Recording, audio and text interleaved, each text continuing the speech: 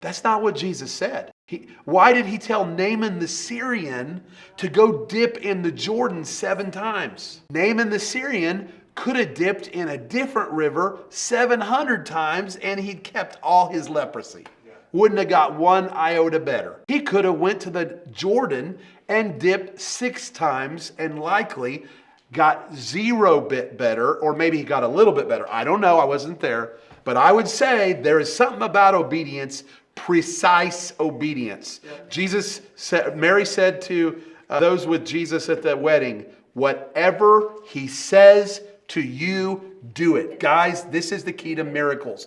It's not doing what you analyze in your mind and you logically work out that wasn't a good idea, God. I was at Awaken OKC about 2 years ago, and there was a woman there that was blind in one of her eyes, or not totally blind, but really bad, really blurry vision from a failed surgery, and it could never be fixed. So super blurry, poor vision out of this eye the rest of her life. Basically, her eye was useless. And I was going to lay hands and pray for her. And God said, nope, spit in her eye. Okay? He said spit in her eye. So I did kind of spit in her eye.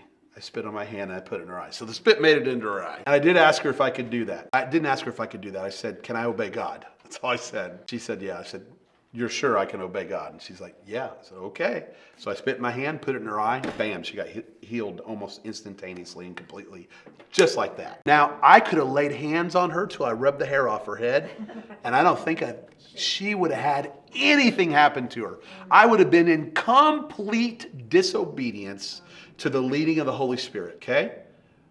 So while the principles are similar, the execution is precise. We got to do exactly what he says, when he says, how he says.